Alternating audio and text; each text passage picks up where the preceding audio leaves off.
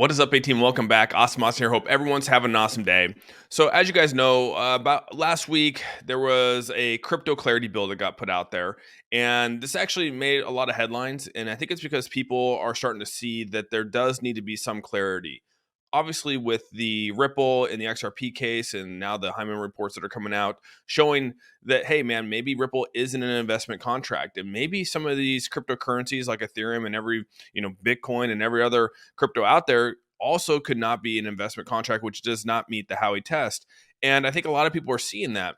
But with this, we're also seeing an uptick with the SEC and going after Coinbase, going after Binance, going after a lot of the exchanges. Obviously, they just got done with Kraken on a settlement. And you can see that the House committees finally come out here. The Financial Service Committee came out and basically said that we don't want Gary Gensler to come out here and basically just rule with a hammer fist. And like it says right here, the U.S. House to bring regulatory clarity on crypto in the coming weeks. The thing here is that we're looking back around July 11th is when they come back into session, so they'll be voting on it around that time. And like it says right here, the U.S. House Financial Service Committee Republican Chairman Patrick McHenry intends to hold a committee vote on the digital asset bill to bring clarity to the crypto industry space. This will be done right when they return back on July 11th. It says on Tuesday, the U.S. House Financial Service Committee, Democrats and Republicans discussed the two bills to bring clarity regarding the digital asset market structure. It says the bill marks the first step towards regulating crypto in the U.S. And you can obviously see that there's some massive conflict even between the previous SEC chair and Hyman and obviously Gary Gensler. And, I know that Gary's out there basically saying that, hey, we got all the rules that we need. But, literally 4 years ago, that wasn't the case at all. And so what's changed? And I think a lot of people are starting to see that you can't regulate digital assets the same way that you regulate basically a security. And so what this does, people are asking, like, what does this clarity bill do? And it says that the bill is trying to provide clarity on digital asset, the whole entire ecosystem, and oversight of the crypto industry.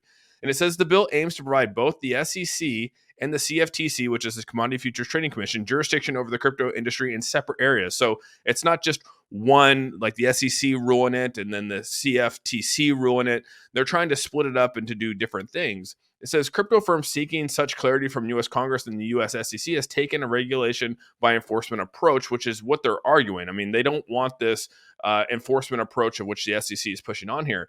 It says they're arguing that most crypto assets are securities, which is what Gary's saying. The SEC needs crypto exchanges and firms to register with its seemingly unclear proposed regulation. And that's true, because that's really what they're trying to do. They're saying that, hey, you guys are an exchange.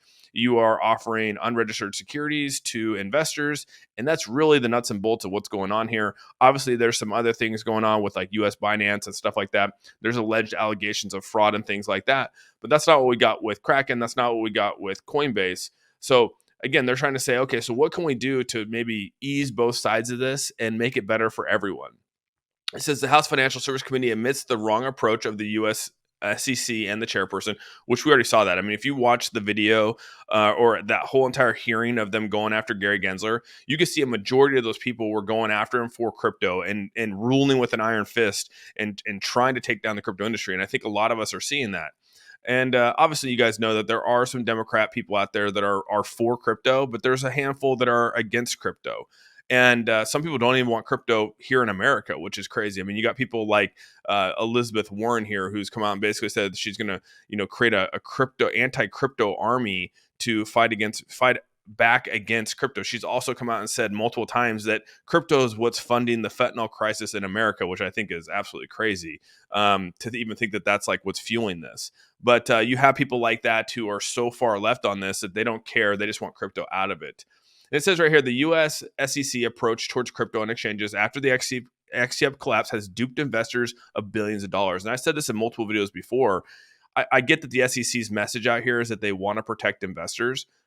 But the one crazy thing about this is that they're not protecting investors. That if anything, investors have lost more money now that the SEC has come out here and ruled with an iron fist of taking down Coinbase and taking down the Binance and everything else, because now people literally have that fear and that doubt and they're selling and it's just causing chaos. And so, billions and billions of dollars are leaving the cryptocurrency market because of what the SEC is doing.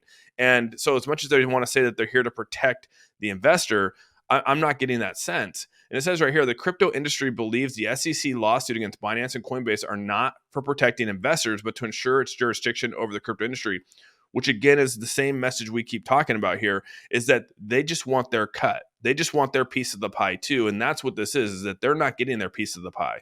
The SEC's left out, in a field of flowers over here while everyone else is making money, and they want their piece of it, dude. They want their piece of what's going on here. And so they have to insert themselves like they're doing right now, and to ensure that they have jurisdiction over some piece of it to make some kind of financial gain from it. That's my own personal take on it. Because, again, how could an SEC chairperson like Gary Gensler, who taught at MIT, taught crypto, has multiple videos out there of people that recorded him saying that Ethereum, that Bitcoin, that Litecoin, and Bitcoin Cash are not securities. But now all of a sudden he's literally done a complete 180 since the FTX fiasco, which again, he was friends with Sam Bankman-Fried, who was from MIT. He supported FTX. Again, there was no regulation on FTX then, but then there was a massive collapse. FTX fell out, all this fraud.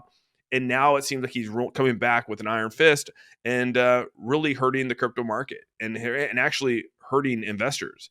And it says right here that the U.S. District Court judge has ordered Binance and the SEC to work towards a compromise. Because as you guys don't know, yesterday, Binance, there was a temporary restraining order that was put on it, and the judge was going to rule whether to freeze Binance.us based off what the SEC wanted here. They came back and they actually ordered Binance and SEC to compromise on something versus just ruling out the freezing of the assets. And it sounds like that's the next step moving forward, and that's probably the right step.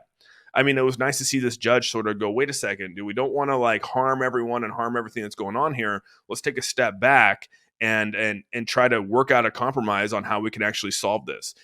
That's how it should be. And that's sort of what the House Committee is doing here with this approach on trying to bring some clarity to crypto here.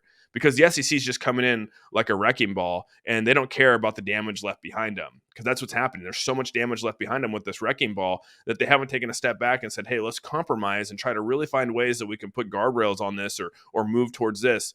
And that's probably the biggest thing that's upset me about this is that Gary, you think that he'd want to come in and be a champion of trying to make the space better. But again, he's come in with trying to just take down the industry. And it just blows my mind that that's where we're at. But I'm hoping that the committee and the U.S. House actually come together on this and pass this clarity bill. At least take the initial steps to bring some form of clarity. It doesn't have to be all at once. Obviously continue to work for it, but I mean, at least try to set some boundaries here. Try to set some framework, and that's really what this is just setting some framework. I hope this actually goes through on July 11th. We're roughly a month away from that happening. But this will definitely be a highlight coming here in the next few weeks. So let me know your thoughts down below. What are your feelings in regards to this clarity bill? You think that we need a clarity bill here? Because I certainly think that we do. And with all that, leave any questions, comments, or concerns down below. Make sure you give this video a thumbs up. If you haven't subscribed, hit that subscribe button. And with all said, we're out. Peace out, everyone.